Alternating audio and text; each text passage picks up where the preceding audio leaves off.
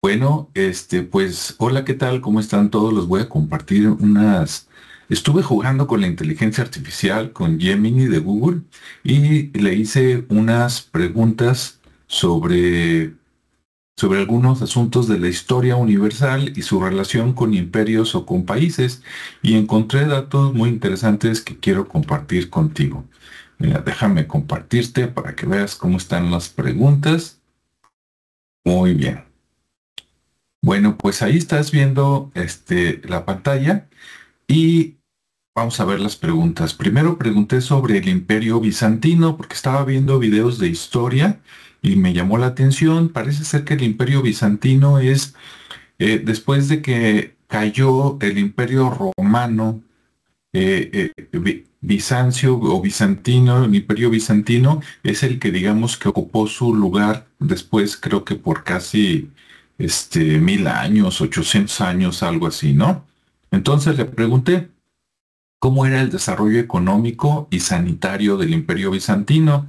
Y fíjate lo que me dice el Imperio Bizantino, heredero del Imperio Romano, se caracterizó por un desarrollo económico y sanitario notable durante su larga existencia, desde el siglo IV hasta el siglo XV, o sea, sí son 1100 años. Dice, a pesar de enfrentar desafíos como las guerras, invasiones y pestes. Eso es muy interesante. Dice, los bizantinos lograron mantener una economía próspera, un sistema sanitario relativamente avanzado para su época. Economía. Comercio, dice, era un importante centro comercial entre Oriente y Occidente. Ok, lo voy a dejar hasta ahí. Agricultura, dice, era fundamental con una producción de cereales, legumbres, frutas y verduras. O sea, había de todo, ¿no? Manufactura. Dice, también tenían producción de textiles, cerámica, vidrio y otros productos artesanales. Las ciudades bizantinas eran centros de actividad manufacturera con talleres y gremios especializados, o sea, estaban bien. Moneda, el Imperio Bizantino tenía una moneda estable, o sea, estaban súper bien organizados y todo bien. En cuanto a la salud, dice, establecieron una red de hospitales, tanto públicos como privados. ¿Qué tal, eh? Dice que brindaban atención médica a la población. Ok. Dice, tenían medidas de salud pública para prevenir enfermedades como la limpieza de las calles, el control de plagas y la cuarentena de personas enfermas. O sea, para su época, en teoría estaban muy avanzados. Y vamos a ver en teoría, porque luego con las preguntas resulta que la cosa no estaba tan bien. Dice, educación médica. Existían escuelas de medicina en el Imperio Bizantino donde se formaban médicos y otros profesionales de la salud. Estamos en una época donde no había universidades todavía, ¿sí? Entonces, ¿de quiénes aprendían los médicos? Pues de los médicos que había, y de las personas que sabían curar con hierbas, de las personas que a lo mejor hacían este atendían fracturas, que a lo mejor hacían suturas, etcétera. ¿Ok? Bien. Investigación médica. Dice, hicieron importantes avances en la investigación médica, traduciendo y estudiando textos médicos antiguos y desarrollando nuevos tratamientos. ¿No te llama la atención que dice que eh, traducían antiguos textos? Eso quiere decir que los antiguos, ¿sí? Los romanos, a lo mejor los asirios, los babilónicos, podrían estar más adelantados. Interesante, ¿no?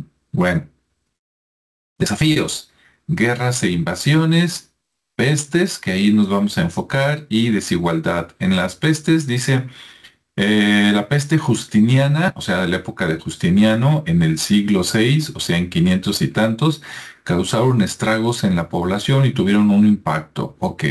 Desigualdad. A pesar de los avances en la economía y sanidad, existía una gran desigualdad en el Imperio Bizantino, con la élite rica y una población mayoritaria pobre con acceso limitado a la atención médica. Cualquier parecido con la realidad, pues sí, ¿será que eso es lo que ocasiona muchos problemas? Vamos a ver, la desigualdad. Luego por acá le pregunté a partir de ahí, ¿cuál fue el origen y cuál fue el impacto de la peste justiniana, ¿no? Que me llamó la atención. Y dice, la peste justiniana, también conocida como la peste bubónica o la muerte negra, fue una de las epidemias más devastadoras de la historia de la humanidad. Se estima que entre 50 y 100 millones de personas murieron. Nuevamente, cualquier parecido con lo que ha pasado recientemente, por ahí me llamó la atención. Vamos a ver qué dice.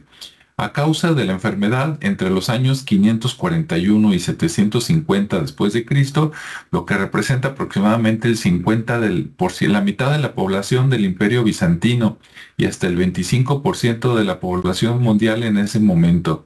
O sea, que se murió muchísima gente. Dice, se cree, ahí me llama la atención que no te dé la certeza, ¿no? Dice, se cree que la peste se originó en las montañas Tian Shan en Asia Central. Nuevamente, ¿no? Cualquier parecido con la realidad, ¿no te parece muy interesante? Dice, y se propagó rápidamente a través de las rutas comerciales, otra vez, hacia el Imperio Bizantino y otras partes del mundo. La enfermedad era transmitida por pulgas que habitaban en las ratas y se propagaban entre los humanos a través de picaduras de estas pulgas. Ok, muy interesante, ¿no? Impacto, dice impacto económico. La muerte de millones de personas provocó la escasez de mano de obra en todos los sectores de la economía, lo que llevó a una disminución de la producción agrícola e industrial, paréntesis, por lo tanto las cosas debieron de haber subido de precio, ¿no? Al haber mucha demanda y poca oferta. Dice el comercio se vio severamente afectado por el miedo al contagio y las restricciones de viaje. ¿Te fijas? Este, la historia se repite, ¿no? Dice, la economía del Imperio Bizantino se debilitó considerablemente, lo que contribuyó a su declive a largo plazo. O sea, el que tiene ojos que vea, ¿no? Dices, cuidado, cuidadito. Ok. Impacto social. Dice, la muerte masiva de personas desestructuró las comunidades y provocó una crisis social. La falta de mano de obra en la agricultura provocó escasez de alimentos y hambrunas. ¿Ok? El miedo al contagio y la muerte generó inseguridad y desconfianza en la sociedad. Y la peste también tuvo un impacto en la estructura familiar, ya que muchas familias perdieron a varios miembros y yo diría que tal vez perdieron hasta el contacto, ¿no? Por ese miedo. Nuevamente me llama la atención ver que las historias se repiten, ¿no? Y cometemos a lo mejor los mismos errores. Dice, impacto político. Dice, el declive económico y social debilitó también políticamente y hubo, por lo mismo, llegaron ataques externos, ¿no? De otros países. Dice, la peste contribuyó a la fragmentación del imperio y la pérdida de territorios. La crisis política permitió el ascenso de otras potencias como el imperio árabe. En nuestros tiempos podrían ser otros países. Muy bien. Impacto cultural, no voy a leer todos, pero o algunos sí. La muerte y la destrucción general generaron un sentimiento de desesperanza y pesimismo. Ok, bien. La enfermedad también tuvo un impacto en las creencias religiosas y algunas personas la interpretaron como un castigo divino. Ok, cualquier parecido con la realidad, dices, mira, esto ya tiene cientos, ya tiene siglos y ya tiene milenios de años, ¿no? Entonces hay que aprender de los errores. Y luego pregunté qué hacían con los cadáveres en la peste justiniana, porque decían, imagínate, 50 o 100 millones de personas en pocos años, en pocas décadas, pues ¿qué hicieron, no? Dice, sí, 50 y 100 millones de personas murieron a causa de la enfermedad, bla, bla, bla. Dice, debido a la gran cantidad de muertes y al rápido contagio de la enfermedad, el manejo de los cadáveres durante la peste justiniana fue un desafío. Las autoridades tomaron diversas medidas para tratar de contener la propagación de la enfermedad y dar un entierro digno a los fallecidos. Algunas de las prácticas más comunes fueron las siguientes: fosas comunes. Dice, la forma más común de deshacerse de los cadáveres eran enterrados en fosas comunes. Ahí se cavaban rápidamente, se llenaban con cuerpos y sin mucha ceremonia, échale tierra, ¿no? Bien, esto que puede sonar para algunas personas así como, ay, qué feo, esto ha sucedido en todos los países y en todas las épocas. Si no, investiga la Revolución Mexicana y la Guerra Cristera en México y te vas a ir para atrás. Ok, cremación. En algunos casos los cadáveres se incineraban para evitar la propagación de enfermedad. Sin embargo, esta práctica no era tan común debido a las creencias religiosas de la época. Nuevamente, ¿sí? Cualquier parecido. Ok, dejarlos a la intemperie. En las ciudades más afectadas, donde no había espacio suficiente para enterrar o incinerar a los muertos, los cadáveres se dejaban a la intemperie, lo cual contribuía a la propagación de la enfermedad. Imagínate ahí nada más y crear un ambiente de desolación. Yo espero que por lo menos les hayan echado cal o algo, porque si no, imagínate cadáveres ahí pudriéndose por las calles o afuera de las ciudades. Bueno. Dice, las condiciones precarias del manejo de cadáveres durante la peste justiniana agravaron la situación sanitaria y contribuyeron a propagar la enfermedad. Ok, después se me ocurrió preguntar, ¿la peste justiniana podría ser provocada? Que ya no sabe uno, ¿no? Tú dices, no, no, ¿cómo crees? Bueno, vamos a ver. Ah, dice, la causa de la peste justiniana está bien establecida, o sea, casi casi me regaña, ¿no? Dice, la bacteria Yersinia pestis, transmitida por las pulgas que habitaban en las ratas, esta bacteria sigue existiendo en la actualidad y puede causar brotes de peste bubónica en ciertas partes del mundo. Sin embargo, la pregunta de si la peste justiniana podría haber sido provocada intencionalmente es compleja y no tiene respuesta definitiva. Ah, ¿verdad? Primero me regaña y luego me dice, bueno, quién sabe, ¿no? ¿Desde cuándo existen armas biológicas? Vamos a ver. No hay evidencia histórica que sugiera que la enfermedad fue propagada. Ok, dice deliberadamente por humanos. Ahí me llama la atención de que, pues claro que por humanos. ¿O será que la otra opción es por animales? ¿O será que la otra opción es por algo que no sea humano? No sé, ¿no?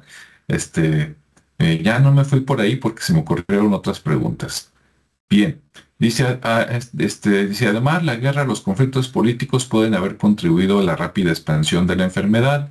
Las tropas en movimiento, o sea, los soldados y la destrucción de infraestructura, o sea, agua, etcétera, facilitaron la transmisión de la peste bubónica a través de las pulgas infectadas. Si bien no hay evidencia de que la peste justiniana haya sido provocada intencionalmente, es posible que algunas personas hayan aprovechado la situación para sus propios fines. Ya ven, ya algunos estaban diciendo a ese Alejandro de conspiranoico, ¿no? Si, por ejemplo, algunos historiadores sugieren que la enfermedad pudo haber sido utilizada como arma de guerra por ciertos grupos. ¿Qué hubo? No, no que no, no que no. ¿Fue natural o no? ¿Quién sabe? Suponiendo que sí. Hay personas que siempre dicen, vamos a hacer esto más grave para aprovecharnos económicamente de otros, ¿no? Ok, y luego le pregunté, ¿qué grupos se beneficiaron por la peste justiniana, no? Pues ya que andamos en eso. Ok, y bueno, me dice que fue una tragedia devastadora, bla, bla, bla. Dice, afirmar que algún grupo se benefició de esta catástrofe sería minimizar el sufrimiento y la pérdida de vidas. No, estoy de acuerdo, pero pues en el párrafo anterior acá, Gemini, me acabas de decir que pues no tanto, pero sí. Dice, sin embargo, ¿verdad? En medio del caos y la destrucción, algunos grupos pudieron obtener ciertas ventajas o ver cambios en su situación como consecuencia indirecta de la peste. Aristócratas y terratenientes, no que no. Dice, la muerte de una gran parte de la población rural, especialmente campesinos, siempre y trabajadores agrícolas, provocó una escasez de mano de obra. Esto llevó a un aumento en los salarios, supuestamente, de los trabajadores sobrevivientes, lo que benefició económicamente a algunos terratenientes. Pero recordemos que estamos hablando del feudalismo o más atrás. O sea, el que se beneficiaba era el dueño de las tierras, que no siempre era el que las trabajaba, más bien estaba como un tipo, pues si no de esclavitud, sí del señor feudal es dueño de todo, inclusive de la gente, ¿no? Que vivía en el feudo. Es como las primeras haciendas de acá de México, de la Nueva España, entonces mucho ojo. Dice, además, la peste pudo haber reforzado la posición social y económica de la aristocracia, que hubo, o sea, a los ricos les convino, ya que muchos campesinos empobrecidos y endeudados se vieron obligados a vender sus tierras a los terratenientes más ricos a cambio de protección o alimento. Ya ven, eso es lo que no te cuentan en la historia, ¿verdad? O no se nos ocurre preguntar. Y luego los mercaderes y los comerciantes. La disrupción del comercio internacional causada por la peste creó oportunidades para algunos mercaderes y comerciantes que pudieron aprovechar las nuevas rutas comerciales y la escasez de ciertos productos para obtener ganancias, o sea, subir los precios. ¿Sí? Ok. Luego dice, ciertos grupos religiosos. La peste generó un clima de miedo e incertidumbre que llevó a algunas personas a buscar refugio en la religión. Esto pudo haber beneficiado a ciertos grupos religiosos como monasterios o iglesias que ofrecían un consuelo espiritual y asistencia a los necesitados. Sin embargo, es importante mencionar que la peste provocó críticas también a la Iglesia Católica, ya que algunas personas la culpaban por no haber podido detener la enfermedad. ¿Ya ven? Pero bueno, entonces se beneficiaron los ricos, se beneficiaron los comerciantes, se benefició la iglesia, o sea, fregada la gente de a pie, ¿no? Médicos y profesionales de la salud. La necesidad de atención médica durante la peste aumentó la demanda de médicos y profesionales de la salud. Esto pudo haber llevado a una mejora en su estatus social y económico, o sea, subieron los precios y atendieron nada más a los que pagaban bien, ¿no? Pensándolo desde acá. Siguiente pregunta, dice, ¿qué países o culturas se beneficiaron por la peste justiniana? Ya me dijiste los grupos, ¿verdad? Ahora quiero saber los países. Y bueno, por acá dice, islas remotas. Dice, países o regiones insulares que se encontraban relativamente aisladas del comercio y las rutas del viaje. O sea, por allá los ricos, ¿no? Dueños de las islas, mientras allá se hacen bolas, acá yo estoy bien a gusto, pues me llega el dinero de todas maneras a través de mis empleados. Ok. Bien, imperios o reinos en expansión. Otros beneficiados. Si algunos imperios o reinos en expansión estaban en sus primeras etapas de desarrollo durante la peste justiniana y pudieron haber aprovechado la debilidad de sus vecinos, para, como quien dice, invadirlos, ¿no? En pocas palabras. Ok, dice comunidades indígenas aisladas. Dice comunidades indígenas aisladas que habitaban regiones remotas y tenían poco contacto. Sí, como por ejemplo acá, cuando ya saben qué pasó, ¿verdad? En el del 2020 al 2023, como los menonitas, que hasta había caricaturas que decían, oye, ¿y tú por qué no te contagiaste? Ah, pues porque no tenía tele ni radio, ¿verdad? Ok, seguimos. Otra pregunta dice, ¿en la peste justiniana se culpó a los demonios o dioses por la peste? Y bueno, pues por acá, en pocas palabras, después dice que sí, ¿no? Dice, en algunas culturas la peste se veía como una manifestación de la ira de demonios o espíritus malignos, ¿ok? Esta creencia impulsó prácticas como exorcismos, más dinero para la iglesia, rituales de purificación, más dinero para la iglesia, y sacrificios, eso sí estuvo gacho, porque si no eran animalitos, eran personas, ¿no? Para apaciguar a los demonios y detener la propagación. Bien. Dioses. En religiones politeístas, algunos dioses o deidades fueron culpados por la peste. Se creía que estos dioses estaban enojados con la humanidad y habían enviado la enfermedad como un castigo o prueba de fe. Como siempre, ¿no? Aunque los creyentes de estas religiones realizaban oraciones, ofrendas y sacrificios. Ahí es donde uno dice, y eso es feo. ¿Y en qué consistían los sacrificios, no? Castigo divino, dice, en religiones monoteístas como el cristianismo, la peste a menudo se interpretaba como un castigo divino por los pecados de la humanidad. Ok, entonces, bueno, hasta aquí, mientras los ricos se hacían más ricos, se aprovechaban todo, acá a través de las religiones, a pesar de que pues sí, las religiones se hacían más ricas también al pueblo, ¿no? La culpa, los dioses, nosotros pecadores, etcétera. Ok. Vamos a ver, siguiente pregunta. Si la peste justiniana se propagó por las ratas, ¿significa que había más ratas o menos gatos que en otras épocas? Vamos a ver qué dice. Dice, estos factores influyeron crecimiento urbano, dice la rápida urbanización durante el Imperio Bizantino, con el aumento de la población, creó un ambiente ideal para proliferación de ratas, o sea, se reprodujeron más rápido. O sea, mejor dime que sí había más ratas, ¿no? Dice, las ciudades ofrecían a las ratas una gran cantidad de alimento y refugio en forma de basura, granos almacenados y desechos humanos. Comercio internacional. El Imperio Bizantino, como era un centro comercial internacional, facilitó la propagación de otros países hacia él o de él a otros países o otras provincias, ¿no? Falta de higiene. Dice, las ciudades de la época contribuyó como que no había mucha, y dices, oye, todo lo demás que me dijiste de que había médicos y todo, entonces, pues no en todos lados, ¿no? Ok, disminución de la población de gatos. Dice, si bien no hay evidencia definitiva de una disminución generalizada de la población de gatos, en la época de la peste justiniana, algunos historiadores sugieren que ciertos eventos pudieran haber afectado su número.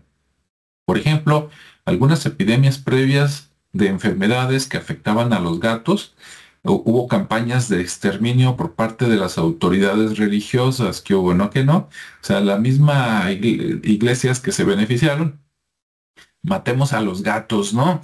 Dice aquí, campañas de exterminio por parte de autoridades religiosas que asociaban a los gatos con el paganismo y cambios en los hábitos alimenticios, ¿sí? Ah, esto no es de mi religión, es de otra, entonces es malo. Los gatos negros son malos. Ah, órale, pues a matar a los gatos. ¿Y qué pasa? Pues que llegan las ratas, ¿no? Ok, y eso de matar a los gatos pudo haber sido algún acuerdo económico, político, social con las clases dominantes para arruinar a la población y apoderarse de sus tierras. Dicen, ah, híjole, cuánta conspiración, ¿verdad? Bueno, ahí la dejo. Siguiente pregunta. ¿Por qué exterminaban a los gatos en la época justiniana, verdad? Todavía haciendo más énfasis. Dice, asociaciones religiosas negativas. En algunos sectores de la sociedad bizantina, los gatos eran asociados con creencias paganas o supersticiones. Se les consideraba animales impuros o incluso encarnaciones del diablo, lo que llevó a su persecución y exterminio en algunos casos. No que no, ¿o verdad? Dice, esta visión negativa hacia los gatos pudo haber sido influenciada por la llegada del cristianismo, o sea que antes de que llegara el cristianismo, pues estaban en paz los pobres gatos comiéndose a las ratas sin problema, ¿no? Ok, dice, del cristianismo que llegó al Imperio Bizantino y promovía una visión más austera y menos tolerante hacia las prácticas paganas y sus símbolos. O sea, el que no está conmigo está en contra mía y todo eso es malo. Enfermedades. Se ha sugerido que algunas epidemias afectaban a los gatos, como la panleucopenia felina, pudieron haber causado una disminución de su población, o sea, menos gatos por sus propias enfermedades, ¿ok? Estas enfermedades altamente contagiosas y letales para los gatos no solo reducían su número, sino que también podían contribuir a la propagación de otras enfermedades para humanos y animales. Cambios en los hábitos alimenticios, muy interesante. Dice, con el crecimiento de las ciudades y la urbanización durante la época justiniana cambiaron los hábitos de comida. La reducción de residuos orgánicos y restos de comida en las calles que antes servían como fuente de alimento para los gatos callejeros, o sea, les dejaban sobras, comida, quiero pensar, pudo haber obligado a estos animales a buscar comida en otras áreas. Entonces, digamos que se fueran, de las ciudades a buscar al campo, ¿no? A ver qué mataban. Bien, dicen, en algunas zonas los gatos podían ser vistos como una competencia por recursos alimenticios o refugio, especialmente en áreas con escasez. Esto pudo haber generado conflictos entre humanos y gatos, llevando a la eliminación de los gatos, ¿verdad? En algunos casos, nuevamente. Bien, siguiente pregunta dice, además de la peste justiniana, ¿se presentó alguna enfermedad similar en otros países en esa época? Para saber, ¿no? Si fueron los únicos afectados o no. Y resulta que dice que sí. Dice, la fiebre de Atenas en el año 430 a.C. se presentó. Luego la peste antonina en el año 165 a 180 después de Cristo. La enfermedad de Cipriano, que fue otra pandemia, dice 250 al 270 después de Cristo. La plaga de Cosroes del 541 al 542. Entonces, interesante, ¿no? Sí había varias, pestes, pandemias, enfermedades, etcétera. Siguiente pregunta. ¿Las pestes y pandemias mencionadas pudieron ser causadas por guerra biológica de los enemigos de Bizancio? Y bueno, vamos a ver qué dice. Dice, si bien la idea de que las pestes y pandemias mencionadas anteriormente pudieran haber sido causadas intencionalmente como armas de guerra biológica por los enemigos de Bizancio es una teoría intrigante, no hay evidencia histórica. Ok, pero luego dice argumentos en contra de la guerra biológica. Falta de evidencia, dice, no hay registros históricos. Ok, pues claro, ¿quién va a registrar que vas a matar al otro por medio de algo? Pero bueno, dificultad para propagar enfermedades. Dices, ¿cómo? En la época, la comprensión de la transmisión de enfermedades era limitada y propagar una enfermedad de manera efectiva y dirigida a un enemigo específico era extremadamente difícil, si no imposible. En pocas palabras, me están diciendo, no tenían la inteligencia ni la maldad para hacer eso. ¿Tú crees que no? Ok, consecuencias impredecibles. El uso de enfermedades como armas biológicas era altamente riesgoso, igual que ahora, ya que no se podía controlar la propagación de la enfermedad y esta podía afectar tanto a los enemigos como a los propios aliados. Totalmente de acuerdo, pero pues las mentes maquiavélicas siempre están por ahí. Impacto generalizado. Las pandemias mencionadas afectaron a varias regiones y no se limitaron a territorios enemigos, lo que sugiere causas naturales.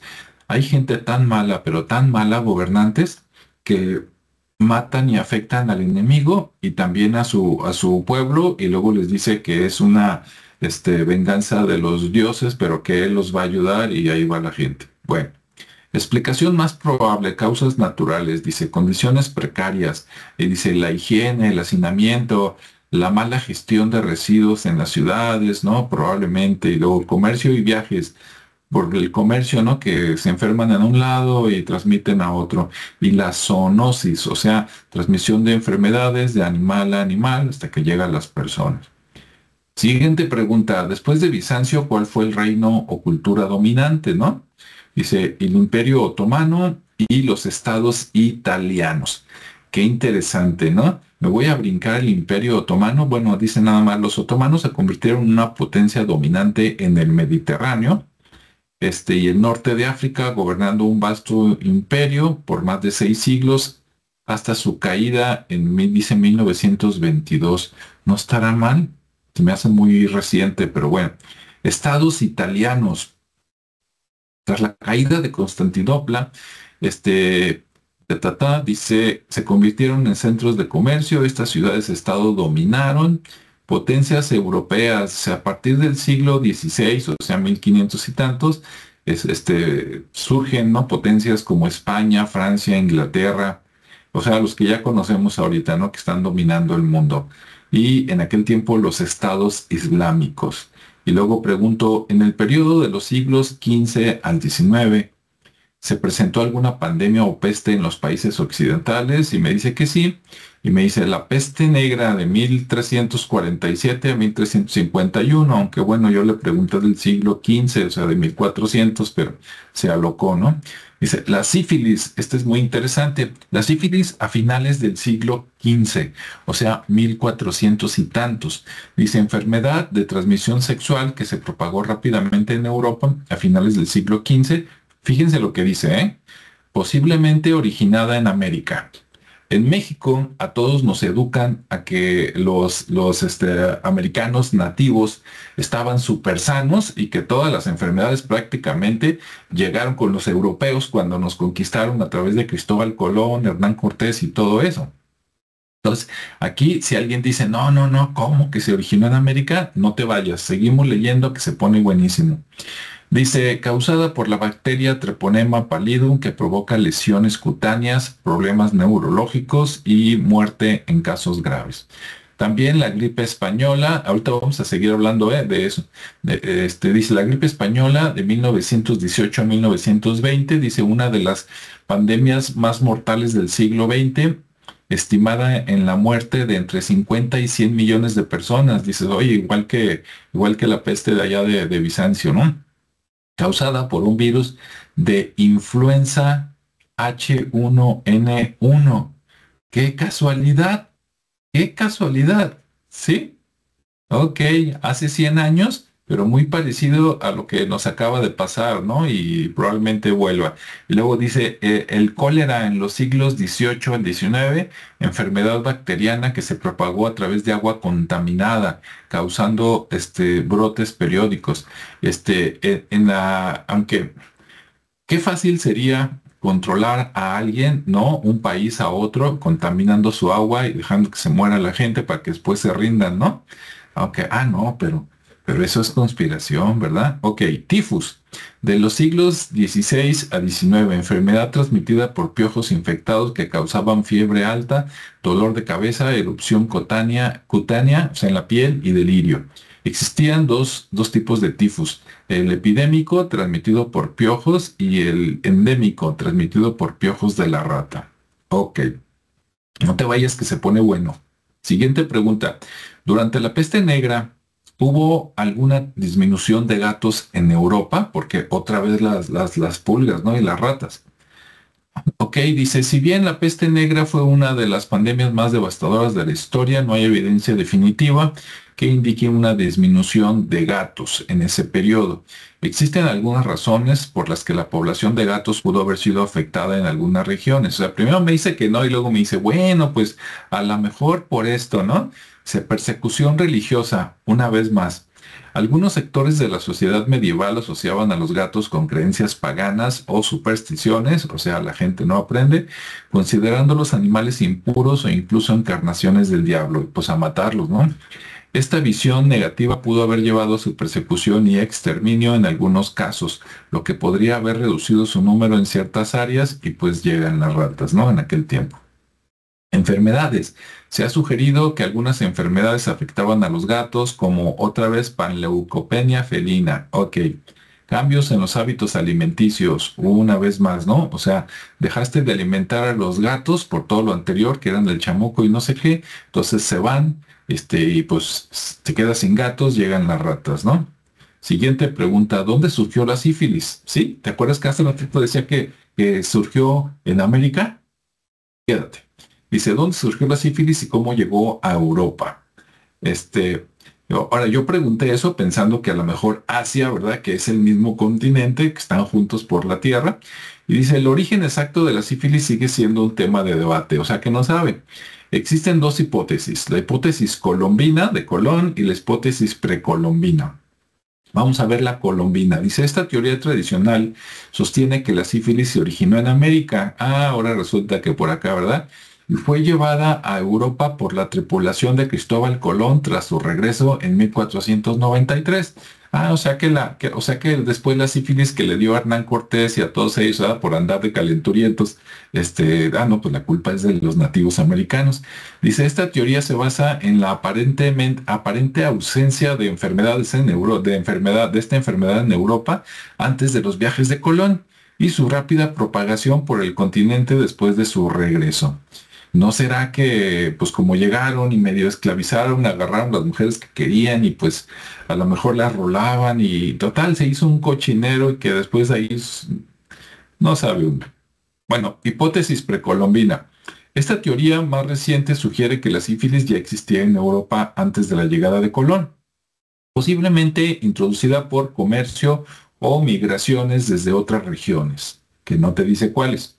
Esta teoría se basa en evidencia de ADN antiguo, ya nos vamos entendiendo, que sugiere la presencia de la bacteria Treponema pallidum causante de la sífilis en restos europeos que datan de antes del siglo XV, o sea, antes de 1400 y tantos, antes del descubrimiento de América. Pero no te dicen qué tan antes. Si me dijeras 1300, 1400 era muy cercano, pero si me dices que es del 900, del 800 o de antes de Cristo, pues, ¿qué onda? Dice, actualmente no hay un consenso definitivo sobre cuál de las dos hipótesis es la correcta, o sea, si la sífilis fue, europea, europea causada por otro país que no sea América o América. Ok, se necesitan más investigaciones, ¿no? Pues ahí llévensela. Dice, la siguiente pregunta, ¿la gripe española fue originada por militares o soldados de Estados Unidos? Dice, ok, si bien la pandemia de gripe española de 1918-1920 se asoció inicialmente con España, los estudios actuales indican que la enfermedad no se originó allí. Yo esto ya lo sabía, por eso lo pregunté. Fíjense, es probable probable, es cierto, pero bueno, es probable que la gripe española se haya originado en Estados Unidos, donde los primeros casos documentados se observaron en marzo de 1918 en un campamento militar en Kansas. Lo que no te dicen, bueno, me lo voy a seguir leyendo. Las tropas estadounidenses que ya estaban movilizadas para participar en la Primera Guerra Mundial jugaron un papel crucial en la rápida propagación de esta enfermedad. Ah, ¿verdad? Al viajar por todo el mundo llevaron el virus a Europa, Asia y otras regiones. Y luego dicen que no había armas químicas, donde se propagó rápidamente debido a las condiciones de hacinamiento, la mala higiene en los campamentos militares y las ciudades. Pero ese, el hacinamiento y todo de los mismos militares en ese tiempo estadounidenses. Si bien la asociación inicial de la enfermedad con España se debe a que la prensa española fue más abierta, o sea, más honesta en informar sobre la pandemia en comparación con otros países que estaban más enfocados en la guerra o que no querían decir que esa enfermedad ya la tenían. Bien. Entonces dice, es importante destacar que la pandemia de gripe española no fue un ataque biológico intencional. ¿Tú crees que no? Bueno, la propagación de la enfermedad se debió principalmente a los movimientos de tropas y a las condiciones sociales y sanitarias. Si tú preparas los inyectaron, investigan más a los soldados americanos para que desarrollaran la enfermedad. Claro, ya tenían una como vacuna, ¿verdad? Y luego los mando allá, donde no se le esperan, donde no hay vacuna, allá se enferman, se empiezan a morir los enemigos y pues ahí está, ¿no? A lo mejor la guerra, esta Primera Guerra Mundial es todo menos lo que nos contaron y fue ganado por una arma biológica. Bueno, seguimos. Y luego dice, la gripe española fue una de las pandemias más devastadoras. Entre 50 y 100 millones de personas se murieron en el mundo. Tan, tan, tan. Ok, siguiente pregunta. En los inicios del siglo XX, ¿habían experimentos sobre armas biológicas en Estados Unidos o Inglaterra? Digo, nomás para tantearle el agua a los camotes, ¿no? Dice, sí. A principios del siglo XX se llevaron a cabo experimentos sobre armas biológicas en Estados Unidos y el Reino Unido. Qué bonito, ¿verdad? Los hermanitos. Dice, estos experimentos se basaban en la idea de que las enfermedades infecciosas podían usarse como armas para causar daño al enemigo. O sea, el chiste es fregar, ¿no? Dice, si bien la investigación sobre armas biológicas comenzó en el siglo XIX o antes, y dice, se intensificó durante la Primera Guerra Mundial de 1914 a 1918 y la Segunda Guerra Mundial de 1939 a 1945, ¿verdad? Cuando las naciones buscaban nuevas formas de guerra más efectivas. Ah, mira qué bonito. Algunos ejemplos de experimentos sobre armas biológicas son los siguientes. En Estados Unidos, el experimento con antrax. Ah, qué lindos. Se realizaron pruebas con antrax en animales y en el campo, o sea, gente, para evaluar su efectividad como arma. Desarrollo de bombas de peste. Se desarrollaron prototipos de bombas que contenían pulgas infectadas con peste bubónica. Pues sí, ¿verdad? Volvieron a las viejas armas del Imperio Bizantino, de la Europa medieval, etcétera. Y experimentos con tularemia, que no sé qué sea, pero debe ser algo feo. Dice, se realizaron pruebas con tularemia, una enfermedad bacteriana similar al anthrax en animales y humanos. Ok, y en el Reino Unido, experimentos con viruela. Dice, pruebas con viruela en animales y en humanos para desarrollar una vacuna. Sí, cómo no. Desarrollo de armas de botulismo. Se desarrollaron prototipos de armas que contenían toxina botulínica, una de las sustancias más tóxicas conocidas. Experimentos con peste bubónica. Otra vez, ¿no? Volver al origen. Arriba Bizancio. Dice, se realizaron pruebas con peste bubónica en animales y en el campo para evaluar su efectividad como arma. ¿Qué tal, Dice, estos experimentos eran altamente riesgosos y no siempre se realizaban con las medidas de seguridad adecuadas, no lo dudo. En algunos casos se produjeron accidentes que resultaron en la muerte de personas o la liberación accidental. Ay, se me fue, ¿verdad? De algunos agentes patógenos en el medio ambiente. Además, la ética de desarrollar y usar armas biológicas era y sigue siendo un tema controvertido, o sea, les vale M. La comunidad internacional ha firmado tratados, eso y el papel higiénico es lo mismo. Bueno, hasta aquí se queda, todo esto lo estuve preguntando a la inteligencia artificial, espero que sea interesante para ti. Nos vemos y escuchamos en el siguiente espacio. Hasta luego.